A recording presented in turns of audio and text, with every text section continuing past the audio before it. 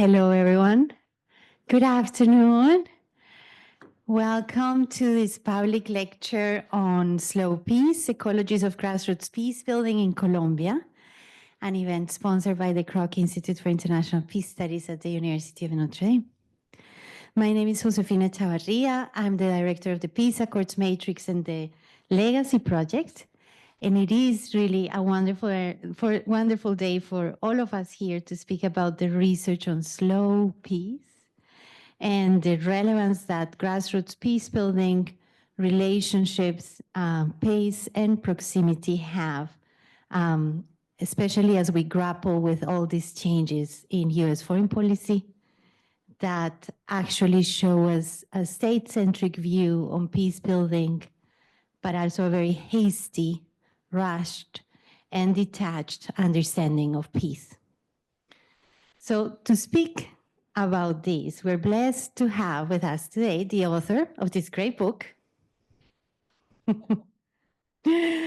Feel the Grass Grow, Ecologies of Slow Peace in Colombia, Angie Lederach, here to my left. This book has already won the prestigious 2024 Choice Award for Outstanding Academic Title, sponsored by the American Library Association. Congratulations, Angie. She's an assistant professor of peace and justice studies at Chapman University, and of course, an alum of the Kroc Institute and anthropology at the University of Notre Dame, so a triple domer. As a cultural anthropologist and peace studies scholar practitioner, Angie has worked on peace building and restorative justice processes in Sierra Leone, Philippines, and the United States. But she has also spent over a decade working closely with grassroots peace movements in northern Colombia. And as we are going to have the opportunity to learn today, her research engages the narratives, theories, and strategies of grassroots organizers as they work to transform violent conflict and cultivate a more just and livable world. So Angie, congratulations, and thank you so much for being here.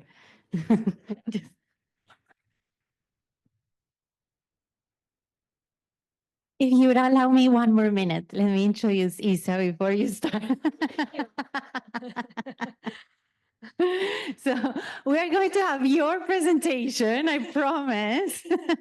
But we're not just going to have Angie's presentations. We have also here our PhD candidate and about to be postdoctorate researcher at Tulane University, Isabel Guisa Gomez.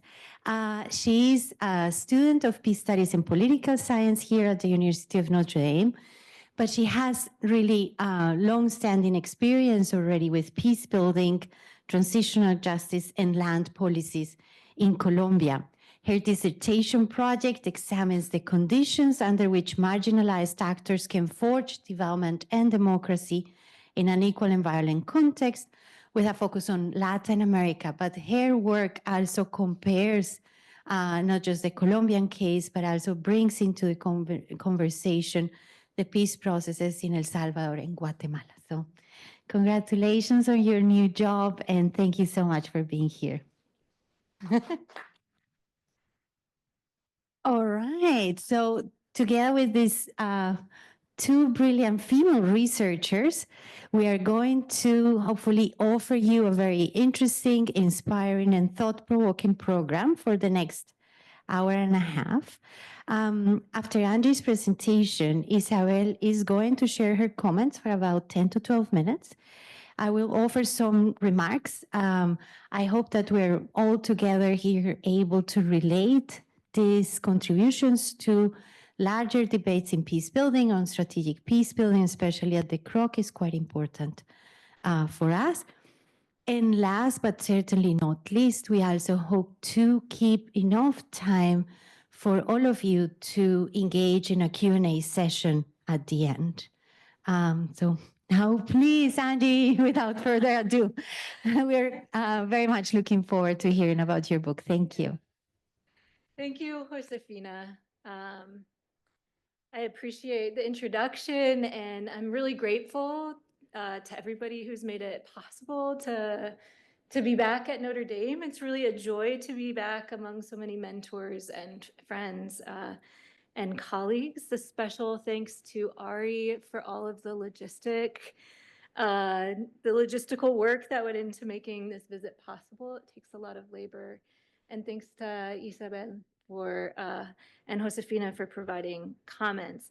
I have to say, I have a little bit of a confession. When Josefina first suggested the idea, I envisioned myself in C-103. So I'm getting used to being in a Hesburgh auditorium.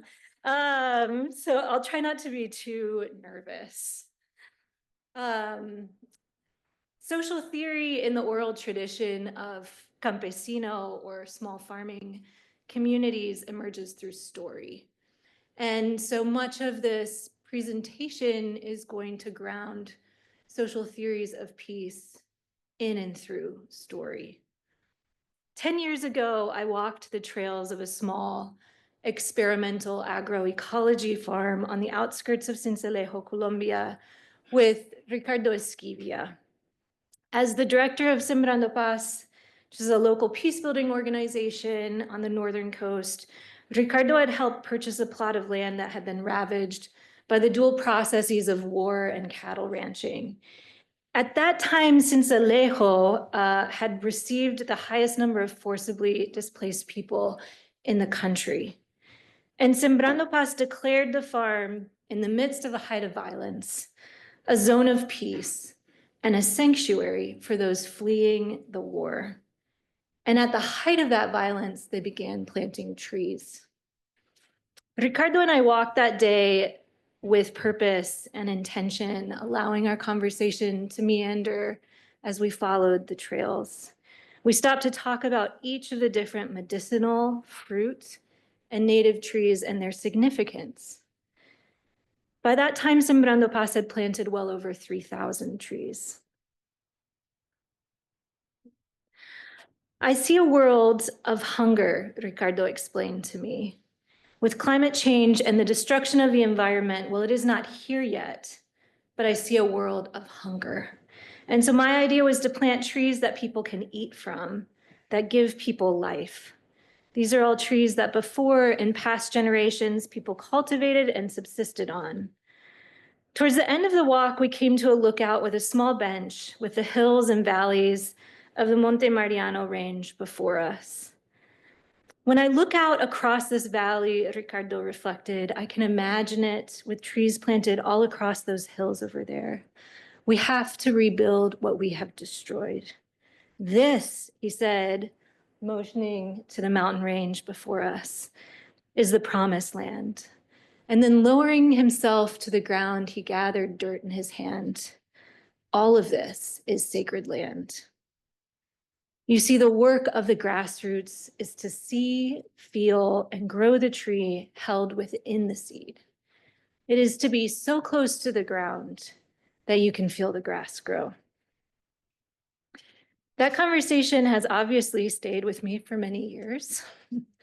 It forms both the cover, this is the view of where we spoke that day, and the title of my book, Feel the Grass Grow. But more importantly, it continues to ground my own questions and approach to building peace. What practices do social leaders in Colombia engage in order to see, feel, and in turn nurture grassroots peace building in the face of ongoing political and environmental violence? And what becomes possible when they do so? So speaking of possibility, these are images of the farm, the top aerial images from 2014 and 22. You can see the sort of reforestation that has happened on that farm. The landscape of peace building in Colombia, for those who know it well, and maybe for those who don't, is a site of struggle with competing ideas about what peace is, how to build it, and who has a voice in doing so. And over the course of my research, I repeatedly heard campesino social movement leaders invoke los tiempos, or the times, to expose the varied forms of violence that permeate the post-accord context, and as a way to make claims to peace in really specific temporal registers. In particular, they frequently critiqued external actors for implementing the peace accords that were signed between the FARC and the government in 2016 with too much prisa, with too much hurry or haste. And this seemingly paradoxical statement raised really significant questions for me every time prisa, or hurry or haste, came up. What does paz sin prisa, peace without hurry or without haste, mean in a context where the primary experience of implementation is one of deferred action, of delay, and of sluggishness? By placing the campesino call to build paz sin prisa, or what I call slow peace, as a central starting point for ethnographic inquiry, the book makes three contributions to peace studies, drawing on campesino intellectual traditions and social theories of time.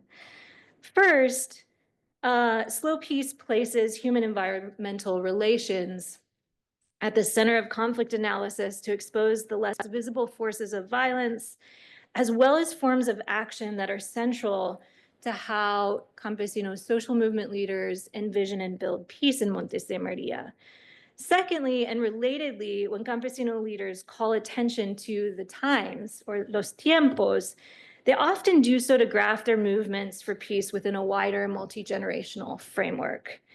Third, the campesino call to build paz sin prisa invests in ongoing social movement organizing that is permanent over short-term technical projects.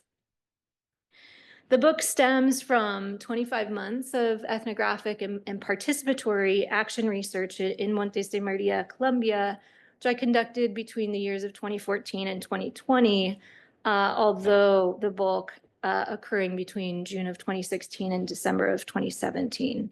Montes de Maria is located on Colombia's northern coast and is considered an intercultural territory by those who live there, with really rich histories of collective organizing and resistance that emerge and stretch back through the centuries from coalitions that were formed by Black, Indigenous, and campesino struggles in response to the dual processes of colonization and enslavement.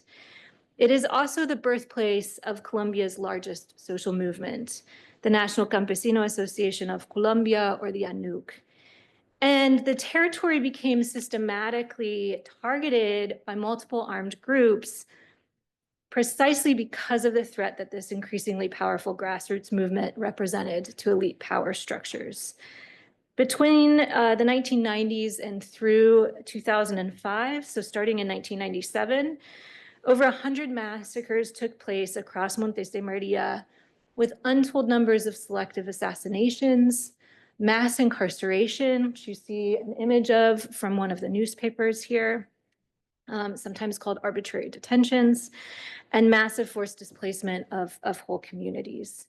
As a result, Montes de Maria was prioritized in the peace accords that were signed in November, that were signed and then revised and signed in November of 2016. I co-designed the research with various movements that work together. So I'll just name them here. The Peaceful Process of Reconciliation and Integration of the Alta Montaña. It's a long name, so I'll refer to them as the Peaceful Process. The youth wing of that movement, it's an intergenerational movement. It's the Youth Peace Provokers. Sembrando Paz, which is a local organization that accompanies those movements, and a broad-based coalition of which they all participate, called the Regional Space for Peacebuilding in Montes de Maria, the Espacio Regional. Just a brief note that I had the honor and the privilege of studying participatory action research methods with the elders that helped to create the methodology. It was also born in Montes de Maria in conjunction with sociologist Orlando Falls Borda and movement leaders from the ANUC in the late 70s. It's out of these collaborations that both in the book and in this talk, I have chosen to name people who have asked me explicitly to do so as a form of recognition that works against the erasure of campesino knowledge and theory production. In case you're gasping, I did get IRB amendment approval for this, and there's a wider process that has been part of that decision, but it's been an important one. I spent most of my time in what is known as the Alta Montaña, which is the mountainous area of Montes de Maria, and it was a strategic base in part because it's hard to get to. It was the base for multiple armed groups, including the EPL, the PRT, the ELN, the FARC, as well as the paramilitaries and the Colombian armed forces, which continues to have a helicopter landing pad at the top of the mountain. And so the communities that lived in close proximity to wherever these bases got set up became stigmatized by association, and this produced what many people refer to as invisible lines in a region where there had been a shared social fabric. And at the height of the violence and the height of mass displacements, a fungus called the Phytophthora cinnamomi spread throughout the Alta Montaña, killing 90% of the avocado forest. And these were really old growth trees, quite different from Haas avocados. Dramatic changes in waterways, the loss of shade for subsistence farming, displacement of native species, and the devastating eradication of one of the primary income generating crops altered the social, economic, and ecological relations that had knit the Alta Montaña together. When I asked Dionisio Alarcón, who's an avocado farmer, a social movement leader, and a poet from the Alta Montaña, about the death of the avocado, rather than respond with statistics or a narrative, he pulled out a leather journal from his bag and sifted through the tattered pages. "I composed a poem," he responded. And he found his way to his handwritten poem, Verano by Dionisio Alarcón. "When it rains, the dry grass will stop crackling under my bare feet. I will not remember the embrace of the hot sun on my skin. If it does not rain, the earth will claim from my pores the moisture that irrigates its cracks. My hands will caress the dryness of the crease, praying for the seed to germinate. If it does not rain, the campesino will die in the shade of a tree, waiting for rain." He paused for a while, and then he reflected in response to my initial question. This poem interprets the anxiety and all of the uncertainty that drought generates. The earth gives one life, so this poem interprets the roots that one has with the land. The land is the love of the campesino. The true campesino loves the earth, loves it as their own life, because everything, their way of life, their way of being, is composed of the earth.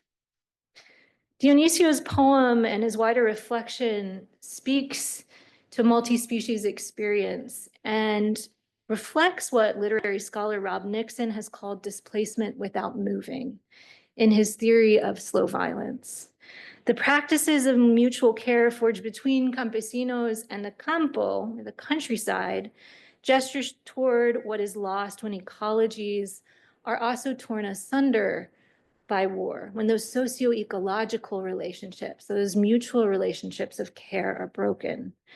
Multi-species accounts of the armed conflict, like those offered by Dionisio, also reorient our understanding of displacement to consider how political violence uproots the land slowly over time. In the words of social leader Miles Vasquez, the avocado was like a second violence. But the death of the avocado was also a mobilizing force. And it brought estranged communities in the Alta Montaña back together. In 2011, community leaders began working across the invisible lines of enmity in an effort to address the death of the avocado and work to heal the land upon which their lives and livelihoods depend. And for over a year, they traveled in pairs with members of estranged communities traveling together to hold meetings. And it was really the first time that people spoke openly about their experiences of the war. After 2 years of sustained dialogue, the peaceful process led nearly 2,000 campesinos in a nonviolent march and successfully negotiated an agreement with the state for collective reparations that included recognition of the avocado as a victim of the war. Several years later, I sat down with Jocabet Canoles, one of the coordinators of the Youth Peace Provokers movements, to talk about the implications of the peace process between the FARC and the government for their own work in the Alta Montaña. Quote, there used to exist beautiful fauna in Florida in the Alta Montaña, Jochebed began. But due to the solitude, due to the displacement, due to the bullets, due to the presence of armed groups, many birds died, many displaced. Without someone planting crops, the birds had nowhere to eat and they died. So the earth suffered too. This was in preface to her response to the initial question. The violence inflicted on our communities requires that we fight to build peace from here. The territory is where we live, where we feel good, and therefore we must accommodate the territory so that we can live in peace. The war has been violent to the environment, and we must reconcile with her. In the Alta Montaña, violence and peace are experienced and understood as more than human. Importantly, the land for individuals like Jochebed and Dionisio is relationally experienced as living, feeling, and sentient, a central actor in their work for peace. Cannot respond to a question about the peace accords without starting with the experience of birds. The daily work to build peace in grassroots communities unfortunately are rendered invisible by Western environmental frameworks that externalize humans from the wider ecological life worlds in which they're bound. And this has consequences for how the state has approached implementation. As I observed the implementation process throughout my research, I witnessed the continuation and not the transformation of everyday state practices that limit rather than expand participation. The post-conflicto or the post-conflict once again brought a flood of chalecos or vests to the region, with state officials flying in and out of the capital cities in their institutional vests, which marked their official expertise. And so I want to illustrate this with a meeting and an ethnographic vignette between the Alta Montaña and the Victims Unit, which is the state entity responsible for overseeing the implementation of war reparations. State officials arrived in a private vehicle from the city of Cartagena. The main facilitator had flown in from the capital city of Bogota the night before. They emerged from the SUV wearing blue chalecos, the unit for attention and integral reparations for victims, etched in red on the back. Campesino leaders, in contrast, arrived by foot or mule, waking at dawn and walking for several hours. After passing around an attendance sheet, the state officials opened the meeting by stating that the leaders needed to ground in reality what they had, quote, dreamed up over the last several years as part of their reparations plan. While the state officials there acknowledged that these dreams had actually been elicited by their own institution over the last 4 years in meeting after meeting after meeting since 2013, they eschewed all responsibility, citing institutional changes that were out of their hands. Namely, the Victims Unit was now under new direction with different mandates that corresponded to the new agencies that were being formed by the peace accords.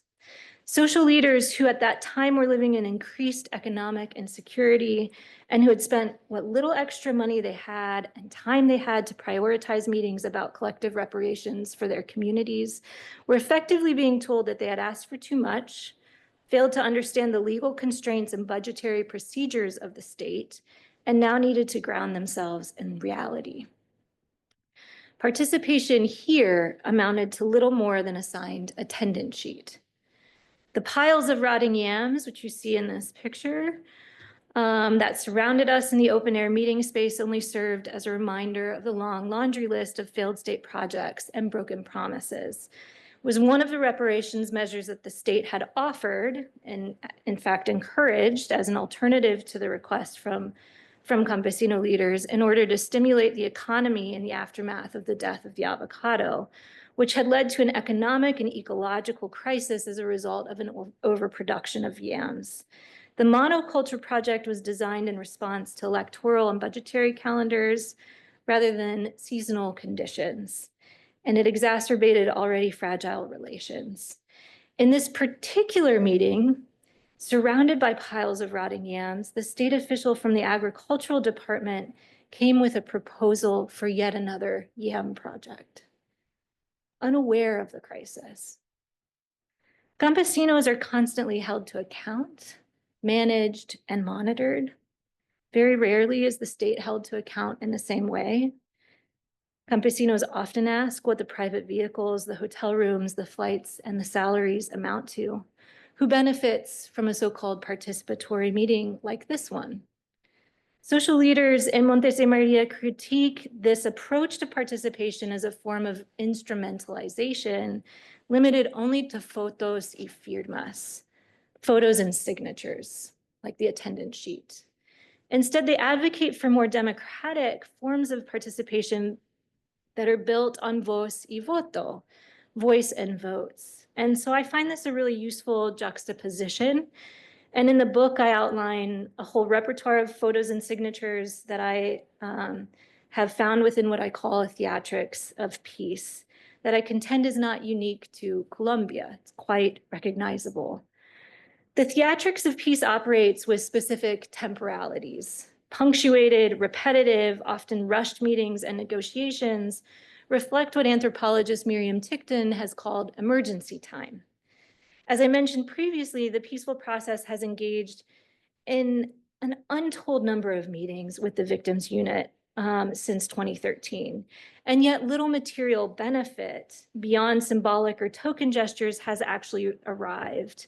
Today, leaders in the Alto Montaña are actually preparing to hold a strike on February 10th in response to the state's lack of implementation and revised accords that they signed this past June. Instead, attendance sheets and meetings are themselves the state's primary form of action. And this is detailed in really poignant ways by a new ethnography that was just published by Roxani Cristalli called Good Victims. So if you're interested in very careful following of the attendance sheets, I recommend, and of the production of victimhood, the contestation of victimhood, I recommend that text. I argue that emergency time produces what sociologist Javier Oyerto calls waiting time. And while emergency and waiting may seem contradictory, I think that they're actually mutually reinforcing. During one particular dialogue between grassroots leaders and key national actors charged with the implementation of the peace accords, Andrea, a member of the Espacio Regional coalition, asserted that the real challenge for creating spaces for local participation had to do with los tiempos, with the times. We do not work with prisa, with haste, Andrea said. And maybe we have not done a lot of things, but what we have done with care. In contrast, the implementation of the government operates with certain timelines, and those times are not our times. They are running with prisa. As I sought to understand the multivalent claims embedded in the call to build paz sin prisa, or slow peace, I repeatedly came up against conceptual limits that understand slowness only in terms of measured time, acceleration or deceleration, short-term and long-term frameworks. When social leaders underscore the need to build peace slowly, when they call for the state to slow down, they're not advocating for the continuation of sluggish bureaucratic practices, nor are they suggesting that the state is fulfilling their obligation quickly. And they certainly are not denying the urgency of the life and death decisions and consequences that they face on a near daily basis. Nearly 500 social leaders have been assassinated since the signing of the accords. And so I argue that there's an urgency in the call to slow down. The call to slowness is a call for a fundamental shift in power relations that shape a social experience of time through the quality of encounter, attention to place and history, and ways of relating and embodying wider environment. Slow Peace offers a relational framework that locates peacebuilding as a multi-generational, multi-species, and continuous process to cultivate a more just and livable world. And so I want to return to the three lessons of Slow Peace. First, peace is understood as multi-generational. Invoking the times foregrounds the ancestral history of the territory as a place of liberatory refuge, collective resistance, and solidarity. Most importantly, it challenges dominant discursive representations of Montes de Maria as inherently violent, which renders the territory in need always of external intervention. I think this is most captured in this reflection from Jose Macareno, a member of the Espacio Regional Coalition, which he presented in a very heated dialogue about a proposal for a peace and development project that was spearheaded by a public-private alliance. Ancestrally, the territory has continually suffered from interventions, and it is marked by this. The context must be clear. We are talking about the dispossession and recuperation of land. We are talking about the experience of slavery. We're talking about the role that elite landowners have always played to maintain these structures. Interventions have caused so much harm. The times for us social leaders are not the times of the foundations. The times expand Jose's analysis of both violent conflict and peace to draw attention to historical processes that have structured systemic inequality, but also to challenge how it is in fact external interventions and not inherent deficiencies of the campo that have perpetuated so much of this violence. Second, the call to slowness deepens possibilities for mutual care between human and more than human communities. Social leaders articulate a relational understanding of slowness as a way of inhabiting the world and as a mode of attention, where they train their attention. Slow peace in places. It roots the work of peace in really specific places, where living memories of resistance live alongside desires for dignified futures. As Angelina Gonzalez, a community leader and teacher, is fond of saying, the campesino was born for the campo and the campo for the campesino. There is at work a profound urgency in the call to slow down, to take notice, and to tend territorial relations of care in the wake of violence. It is important to be reminded that the times of forests are not the times of states. Third, and relatedly, the call for slow peace invests in social movement organizing rather than short-term technocratic projects. As Jose Macareno so articulately details, the campesino critique of PRISA reflects a temporal experience of oppression. In fact, PRISA, the Spanish term prisa and oppression, share a common etymological origin, premere, to oppress, pressure, press against, press down, to tighten and constrict.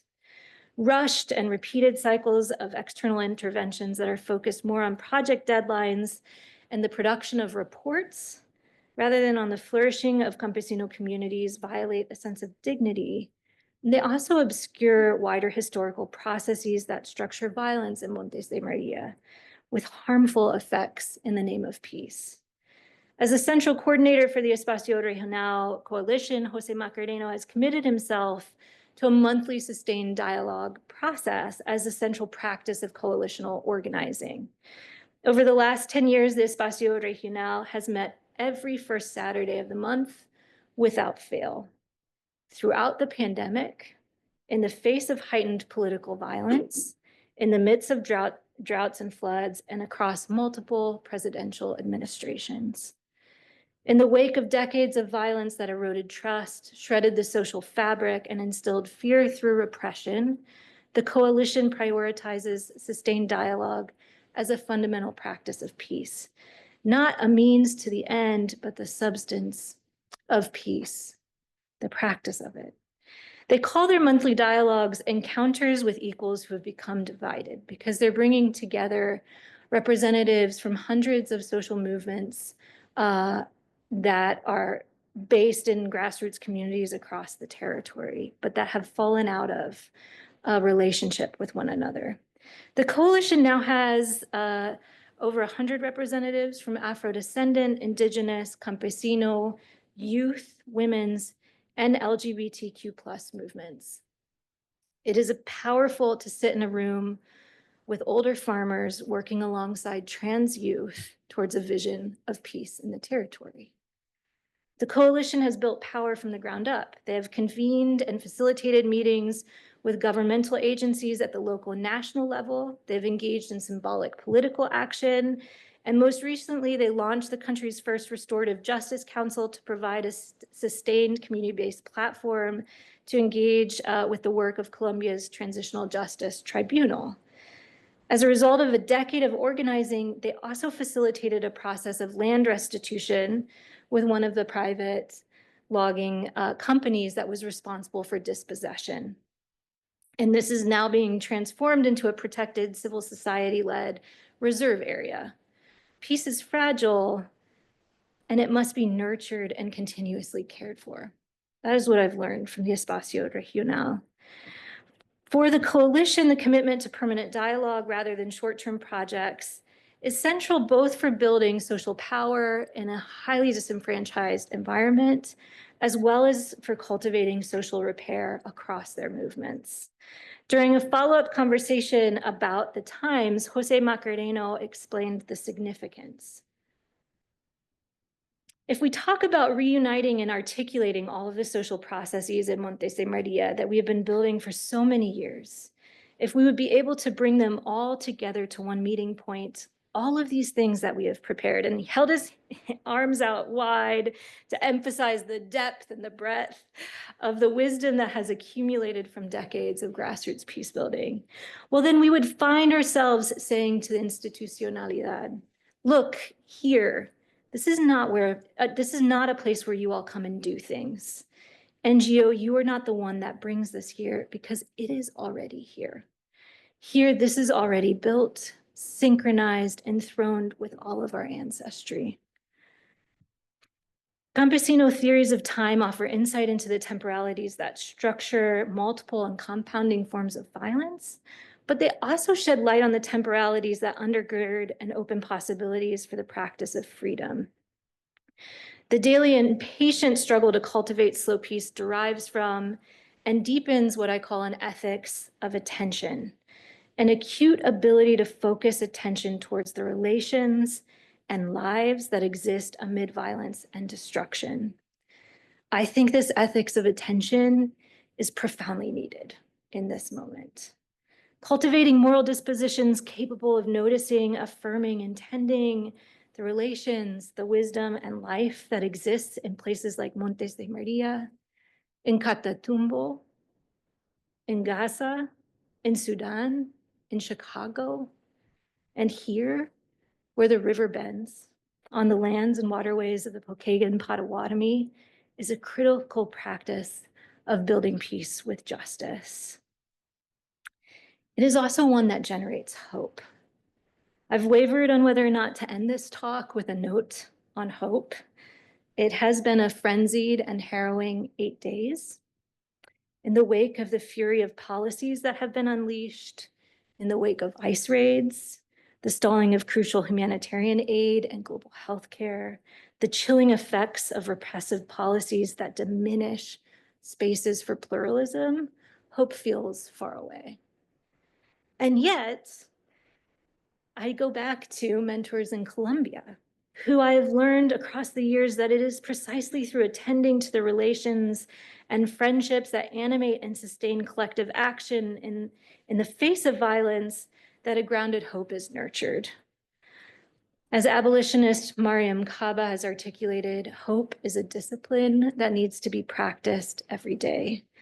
It is a discipline I have witnessed and learned from mentors in Montes de Maria. Most recently, Ricardo has called on peace builders to become vigías de la esperanza, vigías of hope. Vigía, as it is used here, does not have an easy translation in English, but it comes from the Latin word vigil. And according to Oxford dictionaries, a vigil is when you stay alert to guard something. A vigil can be solemn, as when a candlelight vigil is held for victims of a tragedy.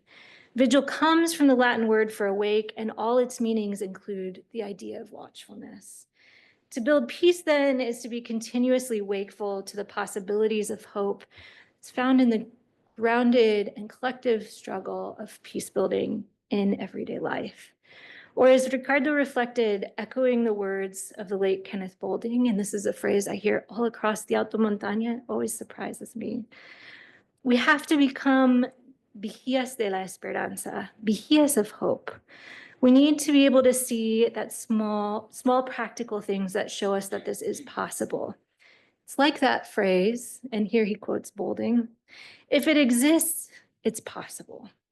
And I think that is the key. For me, it's found in the small things.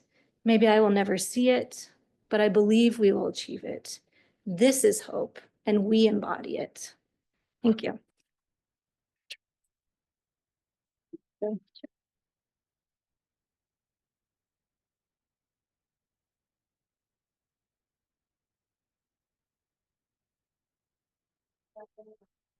Thank you, Angie. That was very inspiring, very beautiful.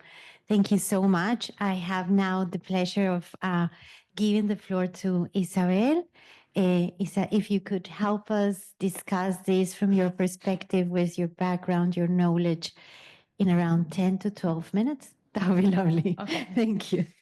Thank you so much, Josefina, for the generous introduction that you gave early. And also thank you to Andy and Josefina for inviting me to discuss this wonderful book. It is a really honor for me to be here after having read many drafts of this book when you were here, and I served as a research assistant for Introduction to Peace Studies that Andy taught in it was spring 2020.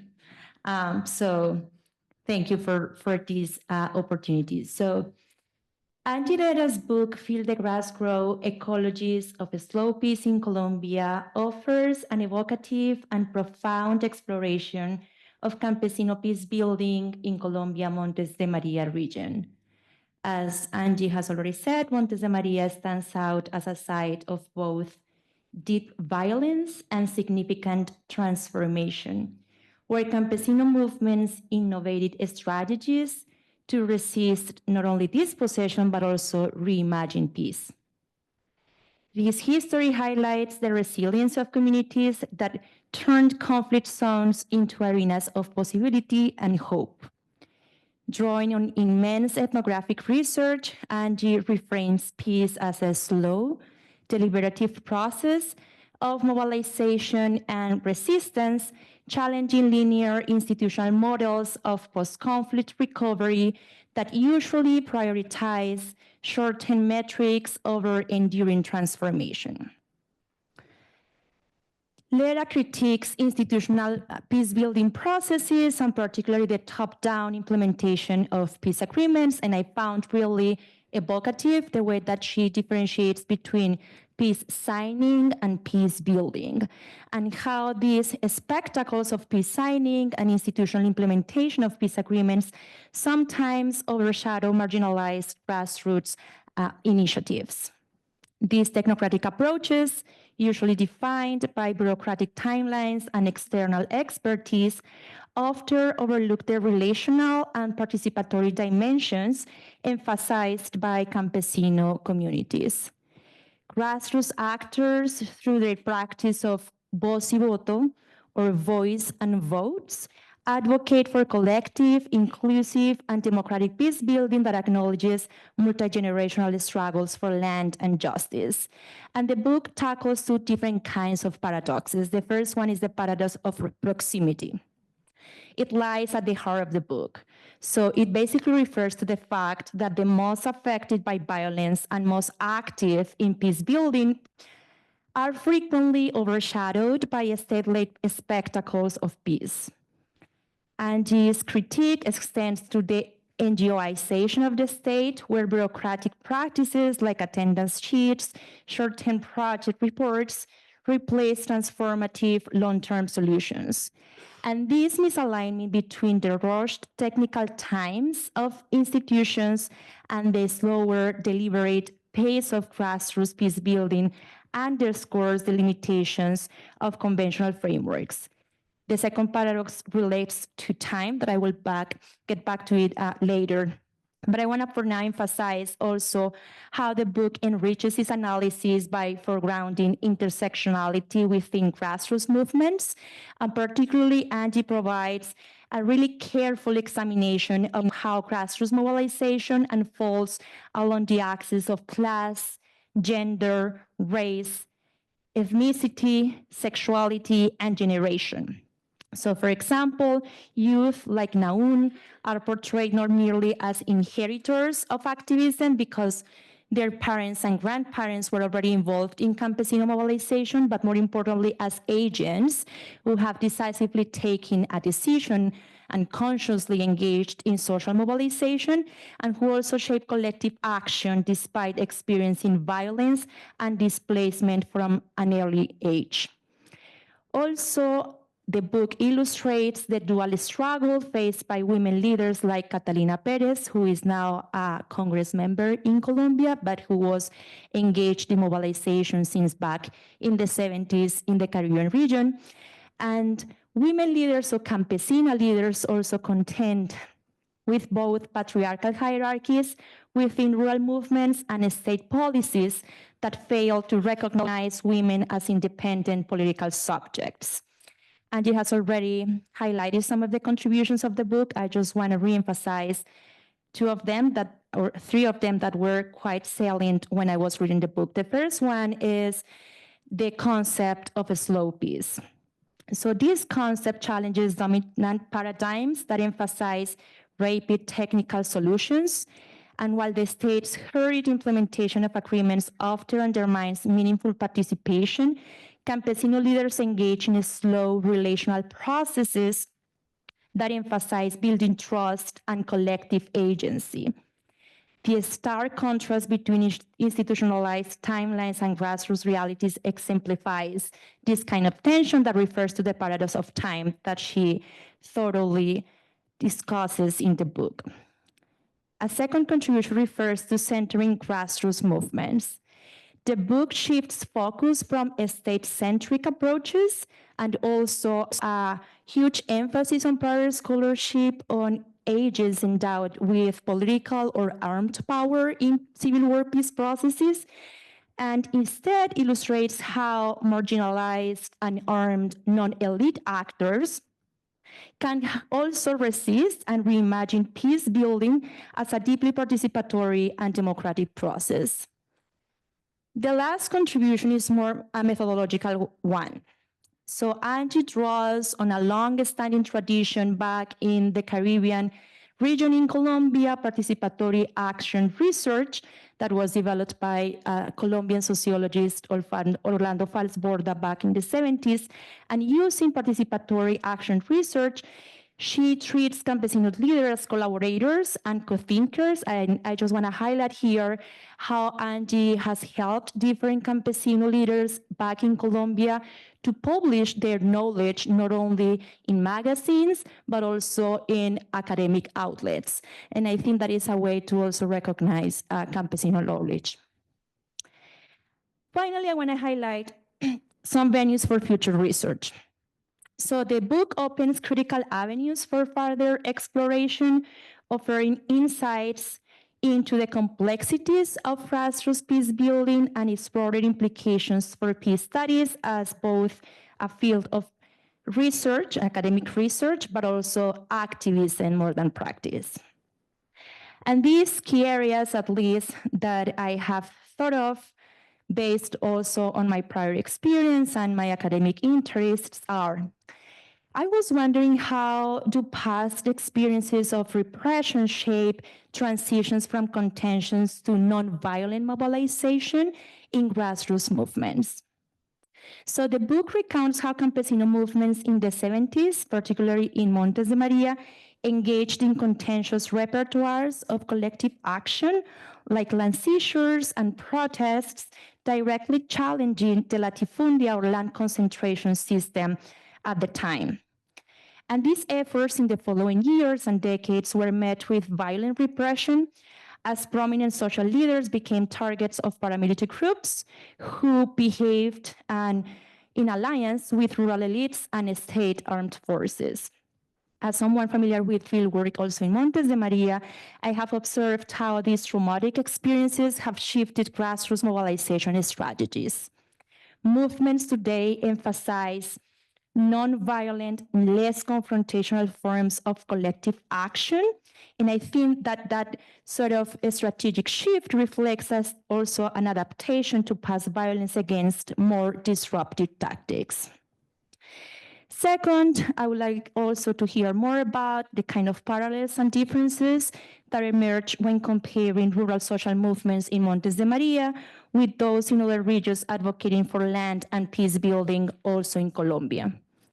Commonalities can also be drawn with campesino movements in Cauca and Catatumbo, at least the regions that I'm more familiar with, which have similarly pursued grassroots initiatives not only for resistance, but also for political inclusion and economic redistribution. However, there are significant differences in their mobilization strategies. So in Cauca, indigenous and campesino movements engaged in highly disruptive actions, and they still do so. They usually block highways. They also conduct land seizures and protest activity, and they did so during the Havana peace talks to ensure their demands were included in peace agreements. And in Catatumbo, coca-growing peasants also used direct confrontation with the state forces, including blocking highways to halt aerial fumigation of coca crops. So again, Montes de Maria stands out as a significant case that is quite remarkable, but also quite different and distinct from other cases in Colombia, where social movements are still engaged in more contentious repertoires of mobilization. Another question relates, and I know that this is not the main focus of this book, but I'm going to ask this question that is quite related to growing scholarship on the issue, is to what extent peace processes can serve as inclusionary openings for advising previously excluding claims and actors. The book emphasizes non-institutional pathways in peace building, but it also raises questions about how peace processes can function as democratic openings. So these moments often allow marginalized actors to advance their political agendas, and these claims are usually unacceptable during the war, and they are regarded as political and legitimate actors. But also, these processes expose to different extent grassroots actors to violence. So future research could explore more conceptual frameworks to capture these openings while accounting for their constraints, particularly in relation to political inclusion and the challenges of implementation. And I just want to briefly touch upon my last point, which relates basically to how formal participatory spaces during civil war peace processes are intentionally strengthen grassroots movements while exposing their leaders to increased risks and lethal violence.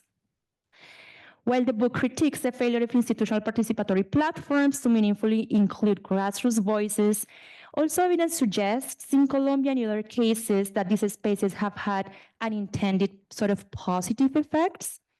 They have often provided local movements with ideational and organizational resources, for instance, to scale up their actions from the local to the national level.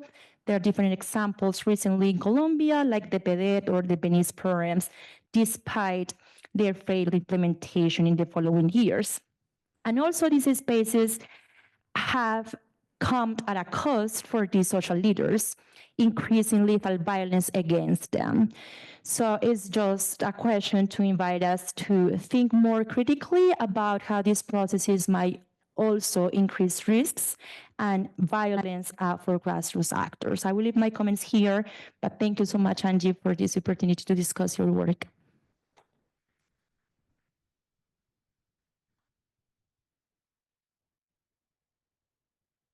Well, thank you so much. I feel really privileged to be sitting in between these two outstanding researchers here from the Kroc Institute. I want to focus my comments on the last time that I saw Angie was in December in Montes de Maria. And this was the Festival for Reconciliation of Montes de Maria, and we were there. It was, I think, 4 or 5 days, in which what we had was an academic program, but this academic program was actually weaved through different musical moments. And the moments were not just, there was something very, I was very excited about the Vallenatero. It was people who were really famous, like Grammy winners. But there was a moment in which what we had was the choir that had just been recently, it wasn't recently formed, but it had been recently receiving resources as part of the Museum of Memory of Montes de Maria. And they started also playing the drums. And they say, these are the drums. Sorry. They said, these are the drums that we couldn't play during the war because we couldn't let people know where we were hiding. And so for us, the reduction of direct violence has also allowed us to play loud again. And I want to mention this because when the Truth Commission was working in Montes de Maria, it took the music of the drums, which of course are part of the culture, they're rooted in Montes de Maria, and they took that as part of the memory work of the Truth Commission. And I think that this example, so if you go to the website of the Legacy Project, you can look for the drums of Montes de Maria, and you can see how they play the drums. So I think that this encapsulates an example of how the implementation of the same peace agreement can also open the spaces to slow peace. And I think it has to do with also as much time that has happened since the beginning of the research. But more than anything, I wanted to focus on a couple of key questions that I believe are quite insightful for us here at the Kroc Institute. Lisa has been working with the faculty for some time, really delineating what does the framework of strategic peace building, what can it mean for us today? Right? How can we not just update it, but really give it a new life based on our current conditions? So I just want to highlight some of those key questions that I believe your book and also Isabel's comments help us make more concrete. So who are the actors or who are the protagonists of strategic peace building? It's obviously not just the state. The idea that there is a state that gets co-constituted by their own technologies of power, I think we've done enough work about that. But what happens when the protagonists of peace, of peace building, of our concepts of peace, are multi-generational and multi-species? And I think that we have come to receive and welcome this almost like in the mainstream of peace studies, and I think it's an important contribution of your book. What is then the main point about strategic peace building? And if we take seriously a lot of the citations and the words of the people that you bring directly to us, of course, peace is another word for life. I mean, I could almost, this is about slow life, and it's about the idea that peace is a living experience and is not just an intellectual idea, but is of course embodied and therefore is relational. And I can perceive peace even if I cannot measure it and observe it in material ways, because that is exactly the potentiality of life, right? That is perceived beyond not just the rational mind. So where does this strategic peace building take place? And of course, we know when we speak about the rural territories, when we speak about the countryside, it's not the English countryside. It's not that there are a lot of beautiful rose gardens that have been carefully manufactured, but this is the rural countryside that can be, of course, cultivated, but that can also be silvestre. It can also be wild. And I think that there have been a lot of new technologies that the campesino movement has developed in order to find a balance between the cultivated land, the land for crops, and the land that needs to be made green again, but by letting things grow without necessarily cutting them and like fertilizing and things like that. When does this strategic peace building take place? And I think that, of course, the question of time, as Isabel was mentioning, that is highlighted in the book, is very important. The question of the perception of time. Haste and being rushed very often has little to do with temporalities that are objective. Sometimes they coincide. To issue more than 200 executive orders on one day, it is rushed and is hasty. But sometimes we feel rushed, even if we have a lot of objective time available to us.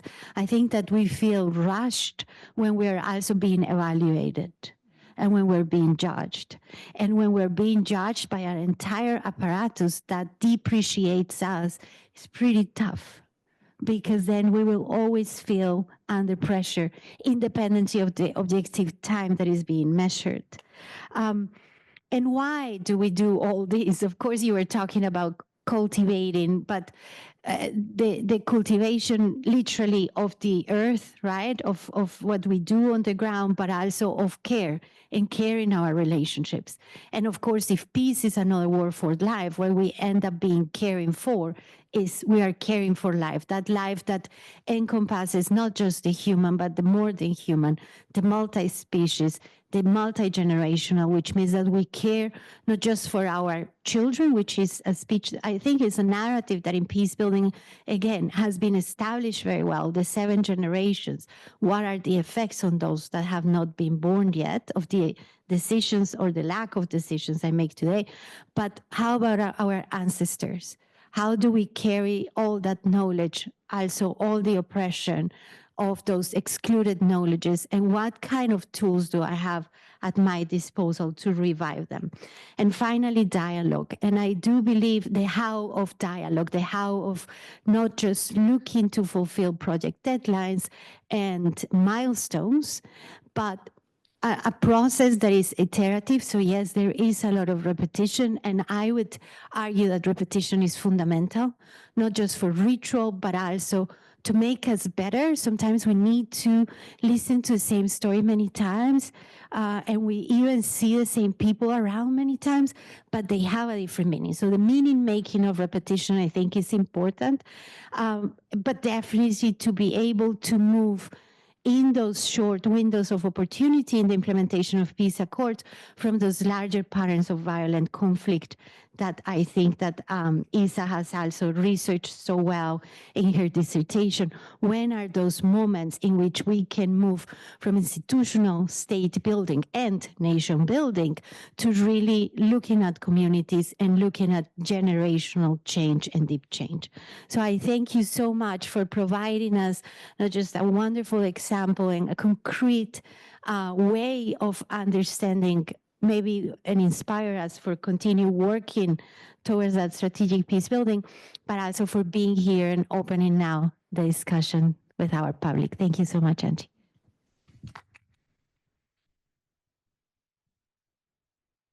I'm bring up an image of the Okay, the drums, well, yes. people think about question. The festival in December from the reconciliation. Yeah. So I really recommend you to listen to the tambores. They're African descent, but also Colombian in many ways. I would like to, we have almost half an hour before we will be invited to the Peace Lounge for a wonderful table of desserts. So if you just raise your hand and shortly just say your name and ask your question, you'll get the mic. So, Paul, thank you. Thank you so much, Angie. as a first-year PhD student, yeah, listening to your talk gave me a lot of hope, actually, and helped me imagine and reminded me that I don't need to rush things and to take it more slowly than the external pressures. My question is about the intergenerational aspect and intergenerational memory, because which I'm also quite interested in. And my question is really about older generations, especially when they experience trauma, often are unable to listen to new perspectives, especially from the younger generations. So I was just wondering how in these multi-generational spaces, if there were ever conflicts between the generations, with the youth groups, and if you saw slow peace being manifested, between generations, because from your presentation, it seemed like it was very a cohesive social movement, but I was wondering how, yeah, they integrated the different generations.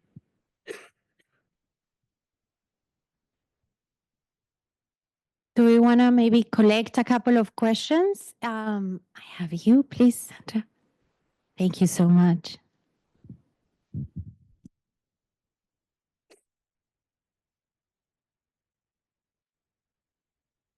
Thank you. Angie, it's so wonderful to hear you presenting your book. My name is Sandra Botero. I'm a visiting fellow at the Kellogg Institute. It's so wonderful to see you present your book, like to see the reality after so many years on such an important topic. Thank you for coming and sharing it with us today. I'm not a scholar of peace studies, so please bear with me. But I am originally from Colombia, and I'm interested in this issue, so my question is coming from that corner.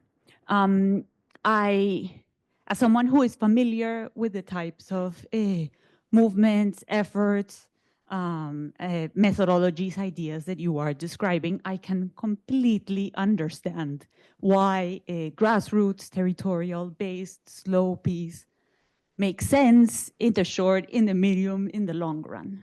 But when you think about how efforts at peace, however good, bad, are constructed in practice in Colombia, they seem to be surrounded by force, by reality, with all these other bureaucratic NGO, state things and realities surrounding them. So one question that I have is, I think our current government has tried to propose a different way to think about peace efforts. That has failed for reasons that we could discuss separately. But I would like to hear from you, is in light of the potential, the rich history, and all the good things that would come from, and that come from these efforts at slow peace, then how can these bureaucratic, international, NGO-ized structures better respect, build off, and not just create spaces for, but actually allow for slow peace to thrive? I guess it's a policy question about, and it's a difficult one. So, but perhaps you can, because you know this better than many people, talk to us a little bit about how to do this better, if we could do it better. But again, like, thank you so much. It's so wonderful because it's rigorous, because it's inspiring, because it's important. So thanks again.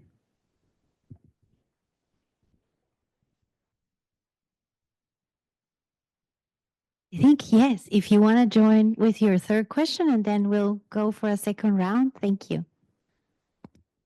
Hi. I'm an outsider. I'm Monica Valle Abuabara. So my two last names is like, I'm Colombian and I'm Palestinian. And both of us, both in Colombia and Palestine, there is a big problem with the power structures. And what I think is, yeah, there is hope, and we are all like those poetry I'm even write the poems too. And it feels like, yeah, like we want like achieve something that is sometimes obstructed by a bigger power.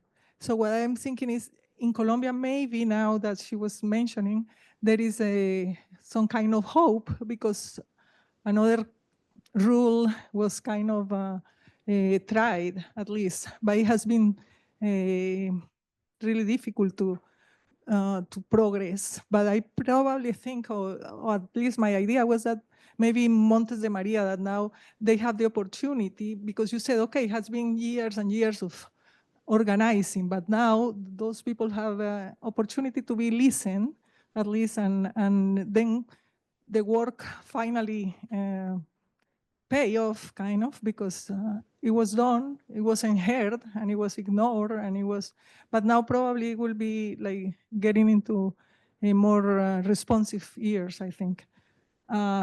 Still, the big thing is that if there is in the government or in the highest status, somebody that takes decisions and is agreeable with the idea, then things work. But right now, for example, even in Palestine, it's like, okay, now they are gonna move them to Egypt, to things like that. We are clearing up because there is a bigger, powerful structure that says, no, even if you organize, even if you are protesting, or even if you are doing stuff, finally, I don't know, that kind of hope, I feel like is really hard to keep, I guess. Thank you. All right, Addie. So thank you to Josefina and Isabel for these, for opening this space and for the really thoughtful questions and reflections, for the kind of combined sharing. Sandra, I want to give you a hug. I didn't realize you were standing there. Hi. I didn't know you were a fellow. That's exciting. I kind of want to think through the three questions raised. So the intergenerational relationships, actually, Paul, as a first-year PhD student, that was my PhD proposal, which maybe some people remember, was specifically on intergenerational solidarity. There certainly are conflicts across the generations, but I was so struck by what seemed to be a much more kind of profound relationship of solidarity within the movement. And that went against like both my experience and what a lot of the literature says, which is really around generational rifts and these fragmentations and this lack of understanding across generations. There were some things where it was very hard. So for the first few years within the movement, particularly when the youth really began to organize themselves, there's a tendency to think of them as repositories of memory.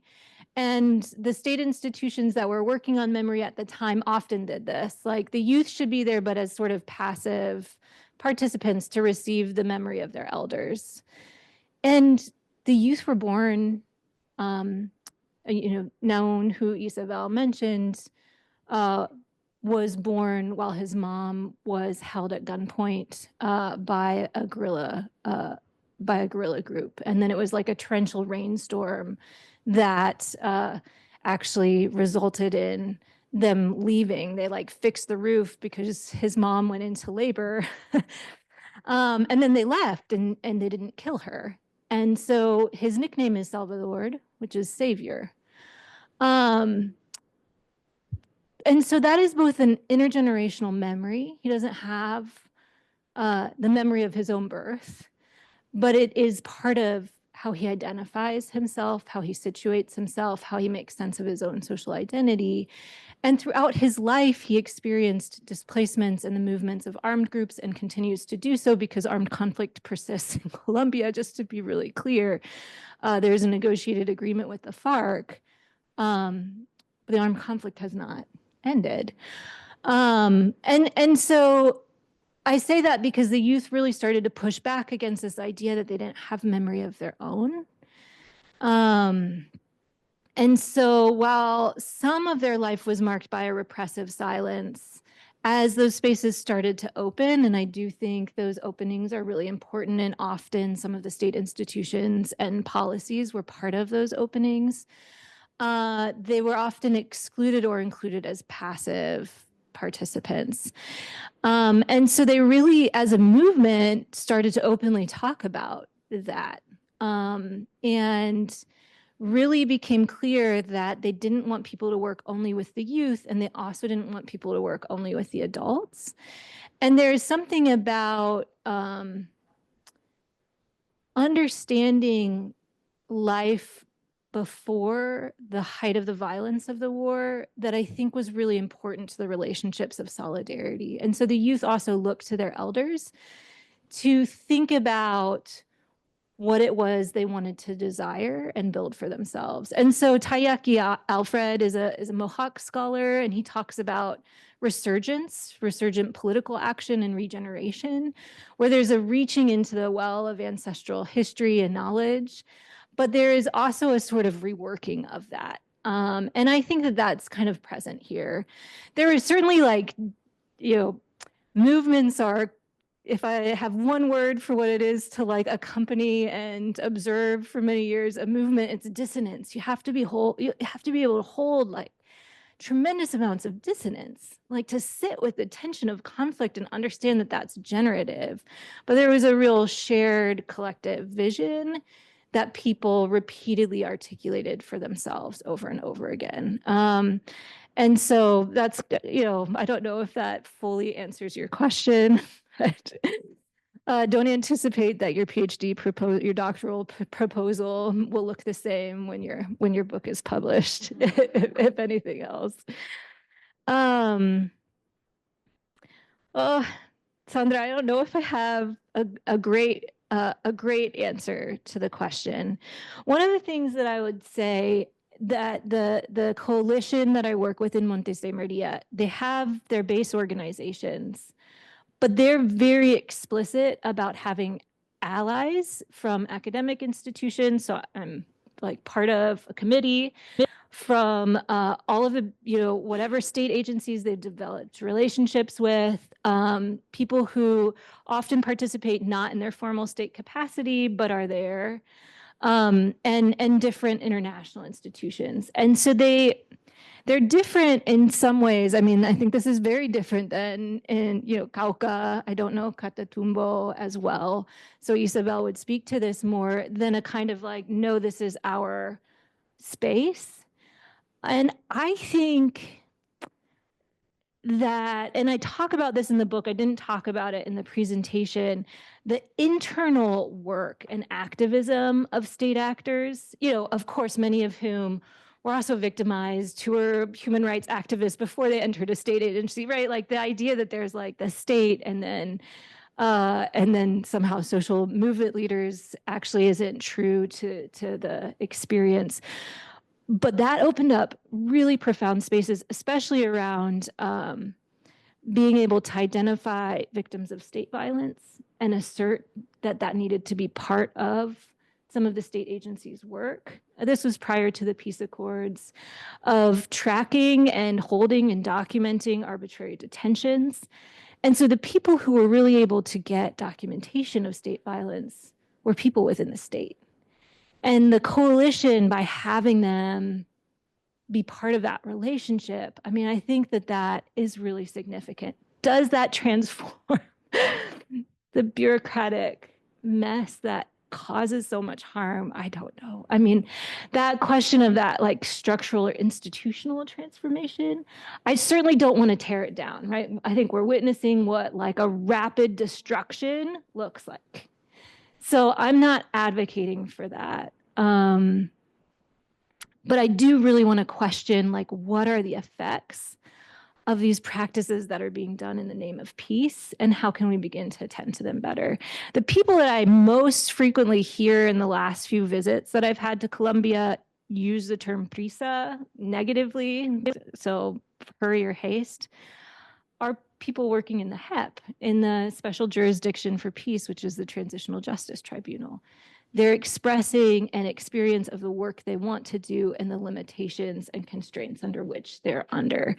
And so I hope that the book does a little bit better job of like drawing out the multiplicity of how people move through these spaces rather than essentializing them in those identities. I always find it harder to figure out how to present in 30 minutes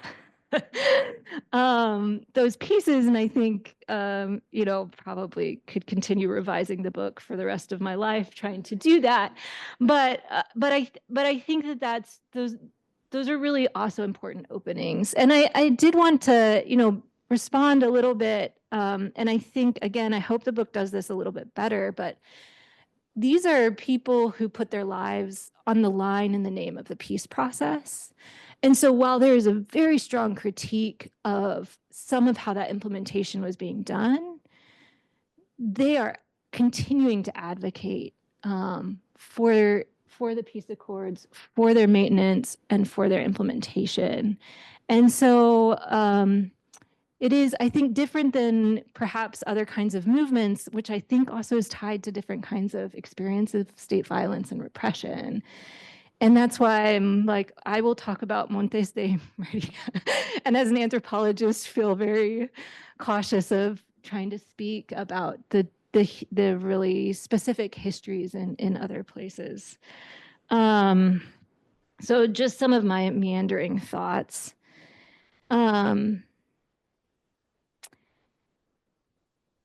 I was thinking about this question of hope, and Paulo Freire, the Brazilian peace educator, he's known for pedagogy of the oppressed, but the text that followed pedagogy of the oppressed is pedagogy of hope.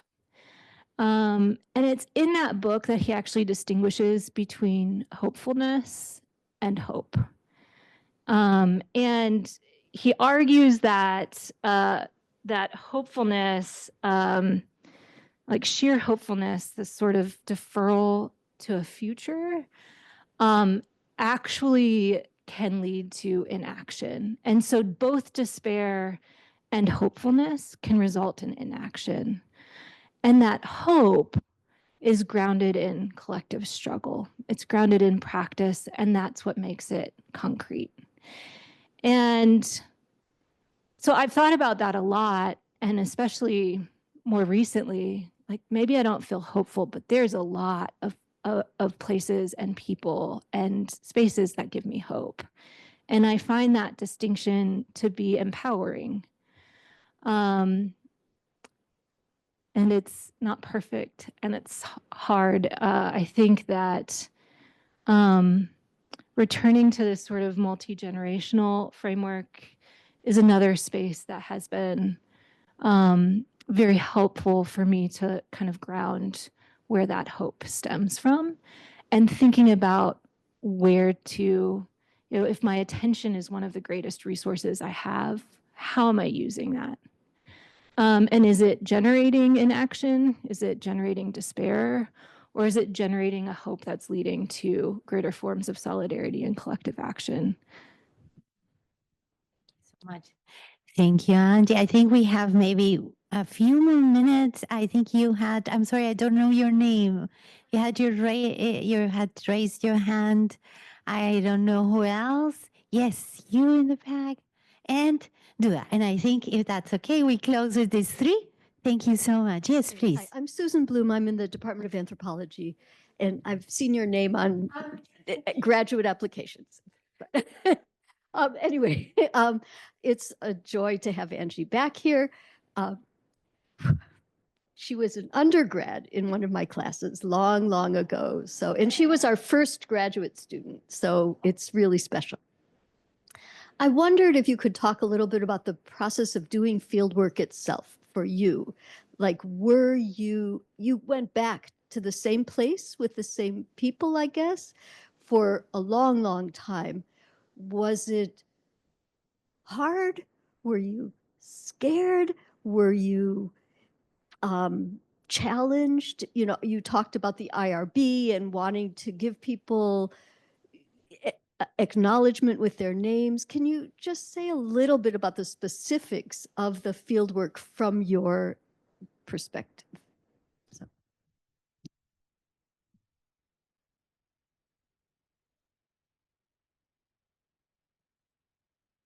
Thank you so much.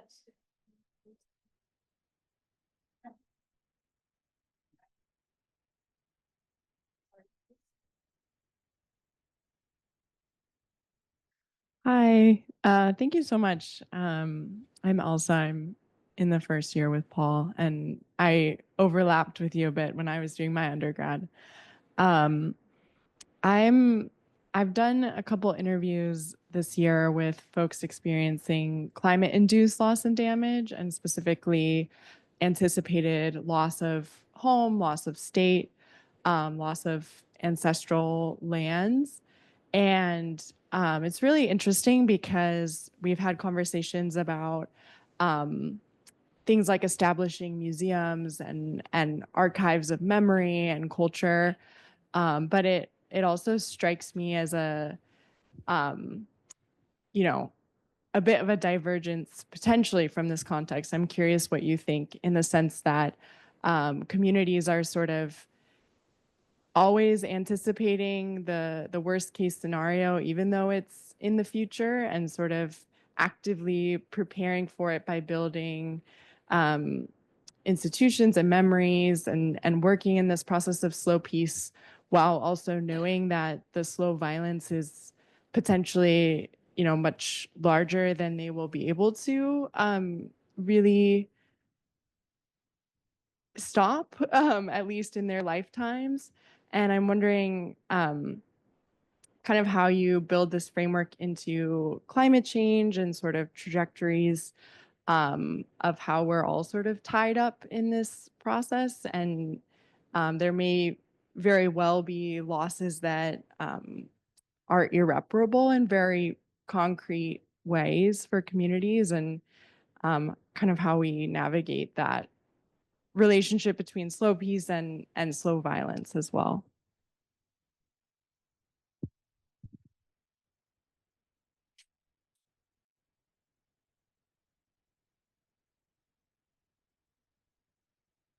I'm Duda. I'm MGA IPS student, and I deeply admire Angie's work. Thank you so much for this lecture.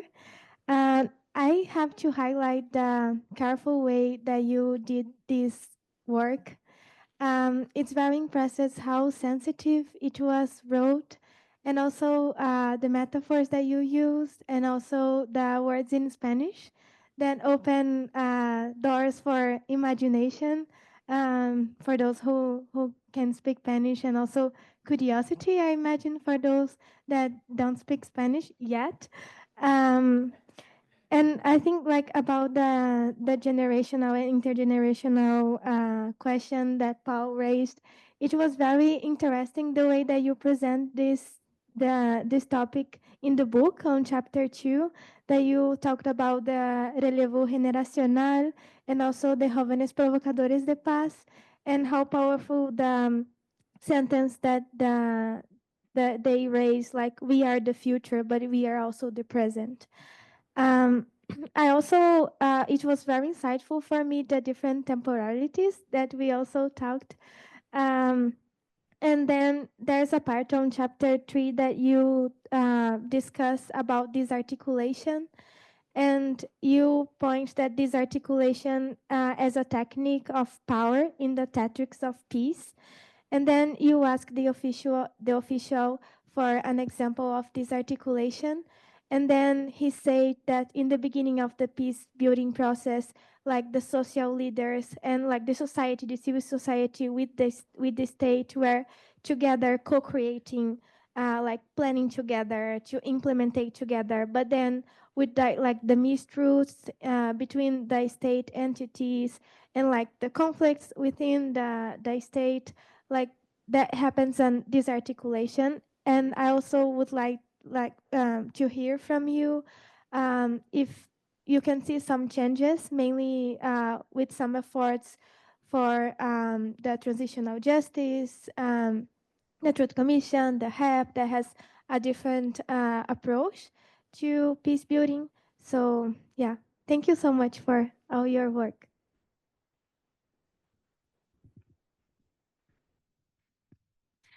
Yeah, thank you for another set of really great questions. I had really hoped somebody would ask me about methods because I cut it out to keep the talk down. And I care really deeply about ethnographic methods and fieldwork. And I was talking to Dula earlier today, and fieldwork was such a gift because what I was there to do was to really listen deeply. And I got to then listen over time because I returned to notes that people had forgotten about what X meeting was. They were already on their, 17th mesa de seguimiento. So they had forgotten what was said in the first. And so there's a depth to the listening, both in fieldwork, but also over time. That's a real gift. But it's also like I was full of anxiety all the time because I was very clear that I did not want, I wanted the research process to support a wider political process as a kind of politically engaged project. And so I never wanted to, I had a very hard time asking for like interviews. I'm very, very slow to actually get to an interview. And I spent a great deal of time just listening and being with people, following a movement or doing participatory observation of a movement meant that I was constantly traveling. So I was sometimes in a very rural community in the morning and then on a moto back to the kind of urban center and then down to the capital city because I'm following what movement leaders are doing. And so sometimes we're walking for 4 hours at 4 a.m. to get to a meeting. And that gives you a really different outlook on what it means to arrive to a meeting with the state and what it feels like when they pull up in their SUV and when they refuse to go past the pavement, the road that's paved. Right? And then when they accuse you of being late, because you're experiencing that. And so holding the pain of that, the humiliation of that, with the anxiety of like, I have to write a dissertation and they're going to want me to have 100 interviews, right? Like how to always remind yourself of what you want to lead with. I mean, that required a constant practice. But it was also a real gift to be able to listen. It's a gift that most of my friends and colleagues in state agencies and in NGOs don't have. They're under a specific deadline. And they are also experiencing the pain of that deadline. And there's a kind of moral injury that I think is often happening with that because they recognize the work they're doing is causing harm.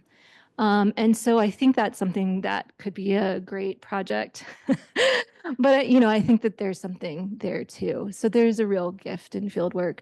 I did, I had several summers that I was in Montes de Maria, and those were preliminary. And so I met with the coordinating committees of the movements to figure out I presented the kinds of questions I had, and I also wanted to hear what they had. And I remember in the first one, they wanted me to make a film, and I was like, I am not a filmmaker.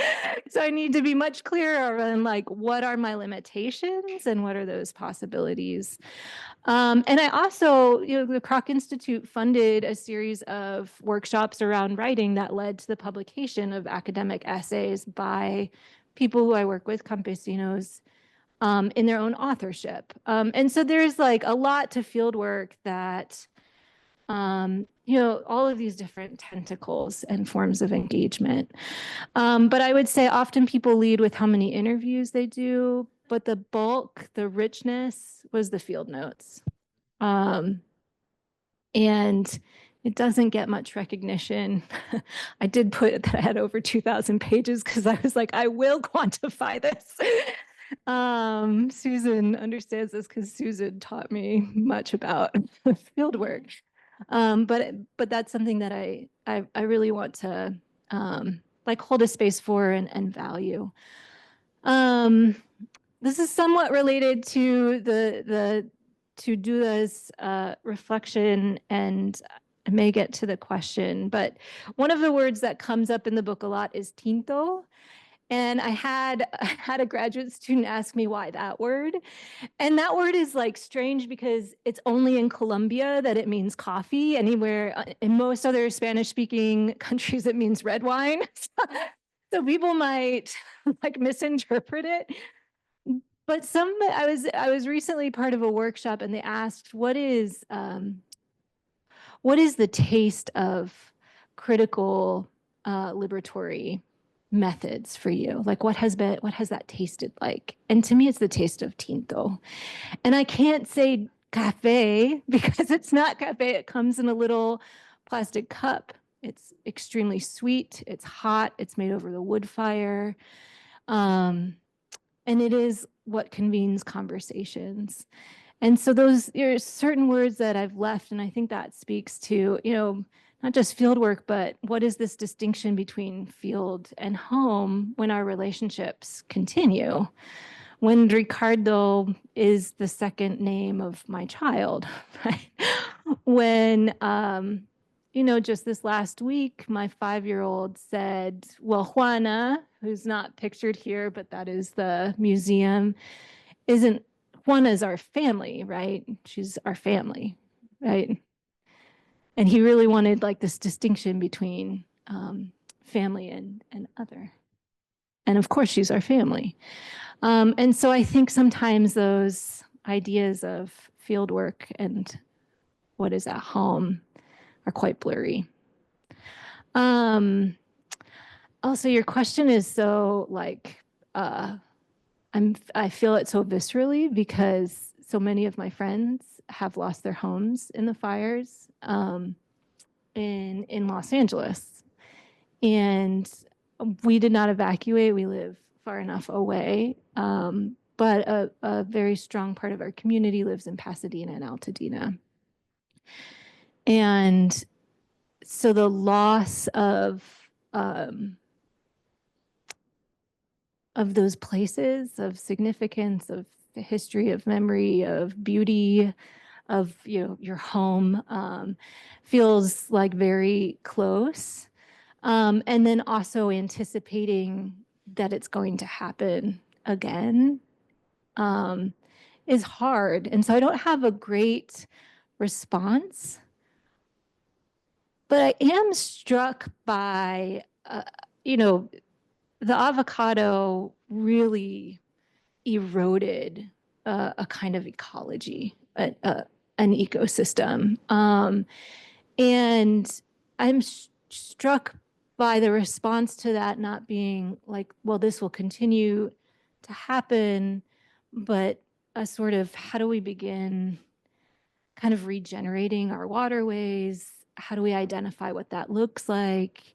How do we begin replanting, or those areas that haven't been affected in the same way, protect them even from different kinds of farming practices? And so I think there's also something in that practice of regeneration, and it's likely, and people are quite aware in Montes de Maria that like a drought might come or another like extremely damaging event of loss. And yet there's that work of like continuing that connection with that place. And so I don't know if there's an answer in this meandering reflection. But that's something I worry about, anticipating the loss as a future so much that the sort of present in which we're living is then lost to that fear.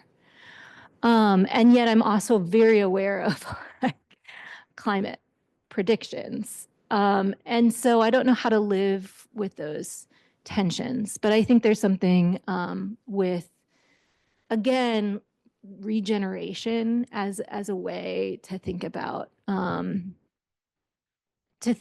that as also a practice of emplacing oneself in a community. And I was always hesitant because there are lots of people who are forcibly displaced who haven't returned, but who are still carry memories and different kinds of practices and ways of being campesino in urban centers.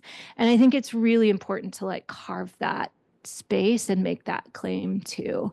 It was not the focus of this book, so it doesn't come out quite as clearly. It does in some of the life histories with the youth, because some of them grew up in an urban center and then returned. And so thinking about that. But there are practices of memory that happen even in places that are not like those specific sites. And so I do think that role of memory is important, but I think there's something to that work in the present. Like, I don't want to like give up and say, well, it's done, I guess is what I'm trying to say. I've witnessed the immense changes that have happened on the Sembrando Paz farm. I mean, people are blown away by the biodiversity that now exists there. Like species that haven't been seen for decades are now present there. So there's something there. Angie, I'm so sorry to have to cut you, but we're a little bit over time, and I know that the students are slowly starting to leave. So I just wanted to, if it's okay, invite you to maybe continue the conversation in the Peace Lounge, just out here to the left in the corner, where we're going to be, yes, exactly down there to the corner, where we're going to be welcomed by some sweets, and we can continue these conversations in an informal setting.